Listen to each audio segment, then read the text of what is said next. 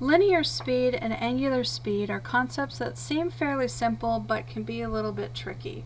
The biggest thing is recognizing the terms you have and making sure that you use the equation given correctly.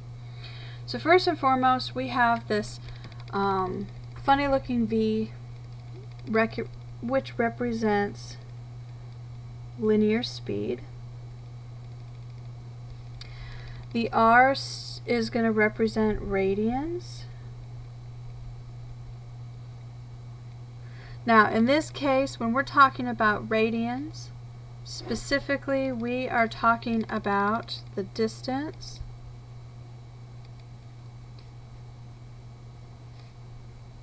from the center of rotation. And then last we have our W here, which is going to be the angular speed. Now with these we have a formula that we like to follow, which is that your little v is equal to RW. Okay. Technically it's omega, but you know, I like to call it a W, just makes it easier. Okay. Now, there's a few things you need to keep in mind. Your units for your V and R must match, and the units for V and W must match. So pay very close attention to the problems that you're doing. Okay, remember W is omega, but you know. So most of these will be shown in a word problem where you have to be able to work it out. So the first one says a wheel with 30 centimeter radius is rotating at a rate of 3 radians per second. What is the linear speed of a point on its rim in meters per second? So there's a few things here you have to notice. First, my wheel is 30 centimeters. I want meters per second. So that means right away off the bat, I have to convert centimeters into meters. So I have 30 centimeters, and I am going to convert that into meters by remembering that there's 100 centimeters per meter. Multiply straight across the top, straight across the bottom, and we're going to end up with 0.3 meters. Now, the other thing that we need to pay attention to is the fact that I have radians per second and I want minutes. So the other thing that I have to do right away is I need to convert, and again I am going to convert my seconds into minutes.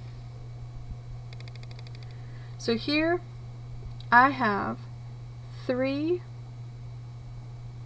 radians per second, and I know that there are 60 seconds per minute. So this is going to give me 180 radians per minute. Now, since I'm in per minute, I've done my conversion. So we have to look at what do we have. So we have the following. We have our radius, which was 30 centimeters, which we converted into 0.3 meters. And we have our angular speed, the omega piece, which was 3 radians per second, which again we converted into the 180 radians per minute. That is what we have. What do we want? Well, we want linear speed, so we want V in your meters per minute. That is what we want. So how do we get it? Well, we need to remember V is equal to R omega, or RW. So in this case, we would take 0.3 meters times 180 radians per minute.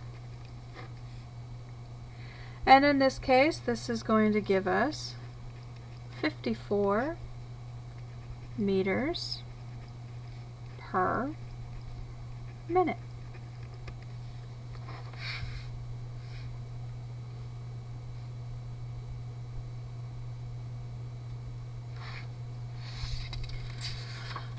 Alright, let's look at a couple others and the way that they're written. So this next one says an industrial circular saw blade has a 10-inch radius and spins at 100 RPMs. Find the following: the angular speed of a single tooth blade in radians per minute. So we want radians per minute. And then we want the linear speed in feet per second. Okay? So, first and foremost, there's a few things that we need to remember or need to know. So we are told that we have spinning at 1,000 RPM. Well, with that, we need to kind of know a few things. So, first, 1 RPM is the same as 2 pi over 60 radians per second.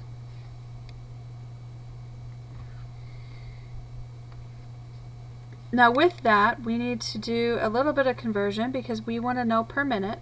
So we're going to multiply this by 60 seconds per minute. And in doing so, we're going to come out with 120 pi over 60, and we're going to have radians per minute. Now I would leave everything as is right now for the next part of what it is that we're doing. So we want to find the angular speed. And so if you remember, angular speed is your omega. So we want to find your omega. And in this case, we have that using our formula, omega is going to be your linear speed divided by your radians. And so here we know that we have 1,000 RPM, and we also have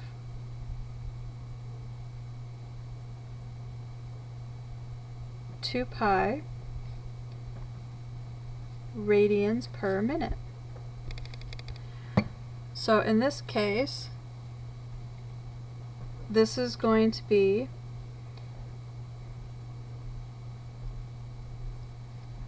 2,000 pi radians per minute.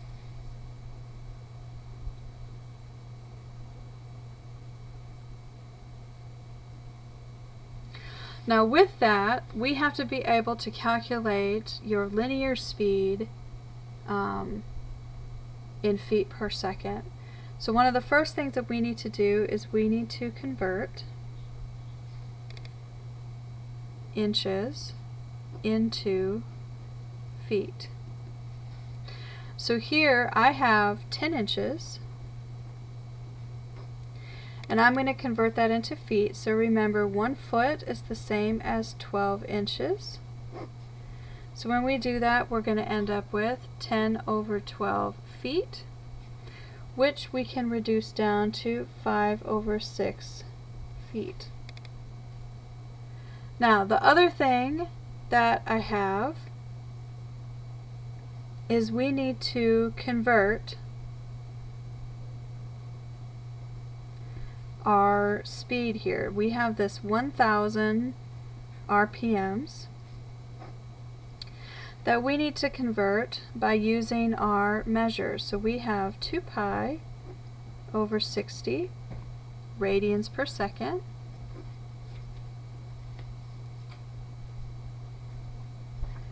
And so here this is going to give us 2000 pi over 60, which is going to reduce down to 100 pi over 3.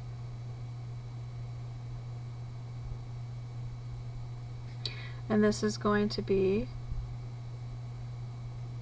radians per second. So last but not least, we know that my linear speed, v, is going to be r omega. So in this case, we're going to take that 5 over 6 feet. We're going to multiply this by the 100 pi over 3. And this is going to end up giving us 500 pi over 18, which is going to give us a decimal of 87.27 feet per second.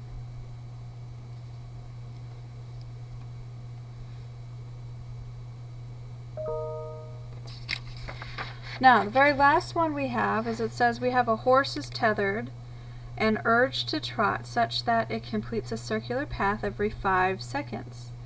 If the rope which tethers it is 20 feet long, what is the linear speed of the horse in miles per hour? So we have a miles per hour, we've got 5 seconds, and we've got 20 feet.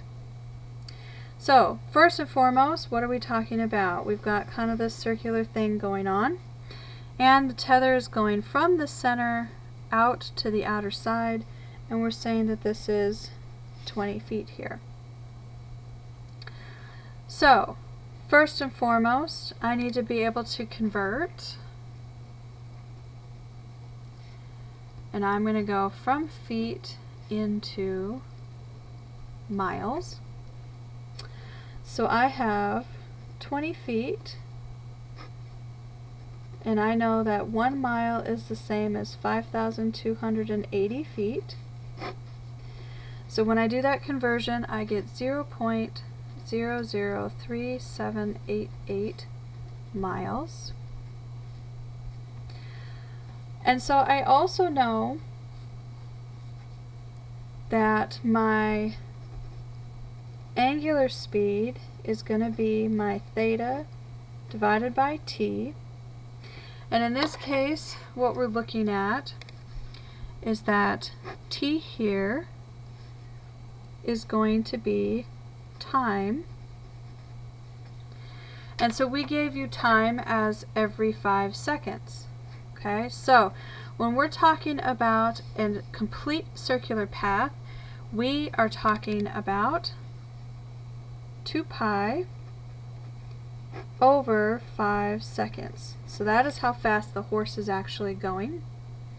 And this is going to then, we need to change this into per hour. So we're going to take this radians per second, and we're going to multiply by the fact that we know we have 60 seconds per minute. And then we know that we have 60 minutes per hour. And so we're going to go ahead and do this little conversion here, which is going to end up giving us 4,523.89 radians per hour. So the last thing we have to do is we have to use our formula. So V is equal to omega times R. So in this case, we have 0.003788 miles times 4523.89 radians per hour is going to end up with 17.14 miles per hour, which is the speed of the horse. And so this here is what we were looking for. Alright, so there are 3 different approaches to using linear and angular speed. If you have any questions, please let me know. If you need to see more examples, let me know that too. Otherwise, I hope you've enjoyed, and I can't wait to see you next time.